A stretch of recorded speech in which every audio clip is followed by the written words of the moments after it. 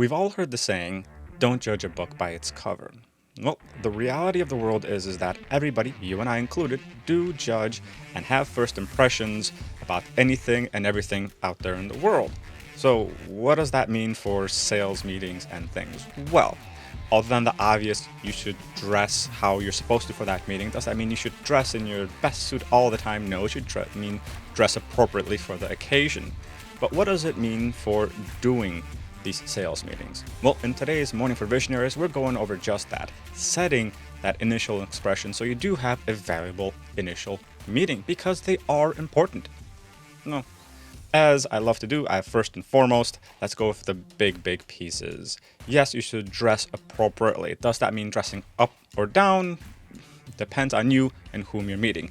If you're meeting the big CEO and board of a large international firm where they're all the suit and tie type people, yes, you should probably dress to a similar level. Does that mean you should break your standards? If you never ever wear a suit, don't wear a suit. That's your personal taste. There's that. But either way, you should dress appropriately, whatever that might mean for you.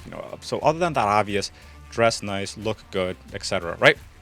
Other than that, the big important part of setting these first impressions are, well, one, you should have an agenda. And I don't mean one of those cheap little agendas, we're going to hit these points and this sales call. And oh my gosh, nobody likes those.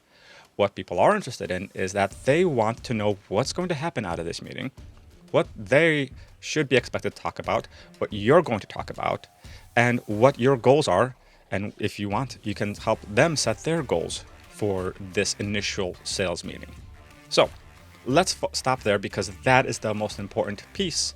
And I don't mean stop the video. Let's hold the conversation right there. People, especially buyers, they want to know what they're going to get out of this call. Of course, you have your own goals, paths, sales conversation you want to have through all this. But if you're trying to make this to be a real good high-level sales experience, you want to help them be part of this conversation about what's going to happen this conversation. So one quick and easy line is, hey, here are our 3 things we want to get out of this call sales meeting.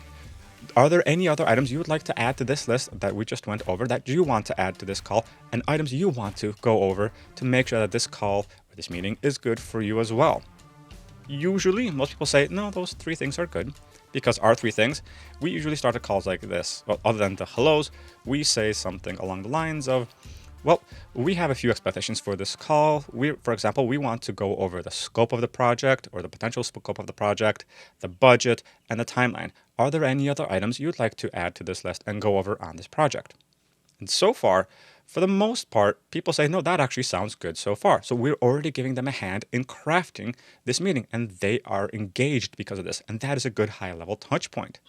Now, some people say, well, we also want to go over this, or we want to go over that. I want to clarify about some things, etc.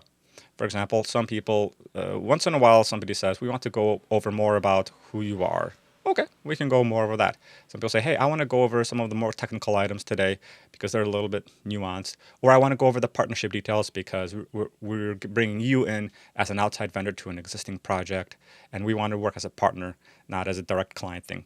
So there are some things that they'll say, hey, we want to talk about more, but for the most part, people will say, no, those 3 things, scope, timeline, and budget, are exactly what they're looking to get out of this project, or this call and meeting. So from there, you simply move naturally into the conversation of, well, can you tell me more about this project? And then you start the conversation flowing that way. Because, believe it or not, a sales conversation, a sales call, meeting, an initial meeting where you want to set true value for people is not about you. It's about them. Now, as that cheap saying goes, it's not me, it's you. Here, it's actually applicable and not in the snarky type way. The call, the meeting, and to create real value for everybody, including yourself here, is to focus the meeting on them while guiding them through a process that you may have for this sales conversation. In our case, again, that's going through those 3 items, and we have a few touch points and talking points we want to get through on the call, so we guide them through those things and keep them on track, because we tell them how much time we're allocating for this meeting, and sometimes they go over, and that's fine, depending what's going on. Sometimes we cut it short if we quickly see that it's not a good fit. But we set the expectations of how long this call is going to be, how things are going to progress, what are things we're going to get out of this thing, and do they want any specific things. But then we throw a small little final trick at them close to the end. We've talked about a lot of things. Then we tell them, are there any other items that you want to talk about? Almost always, like 99%, people say no, until we say, great, we love hearing that because that means we've covered a lot of things. Now, we have a few final questions if that's all right with you. Again, we're engaging them, keeping them interested in this call and what's going on. From there, we say very simply, and we ask them, what would you like to see as next steps to move this along to the proposal stage? Or is there anything you'd like to specifically see in the proposal? And at that point, that's when they say, well, I don't know. Sometimes I'd like to see more about this or more about that in the proposal. So we ask them a few more pointed questions. Is there anything that influences your decision on accepting or working on a project like this with us?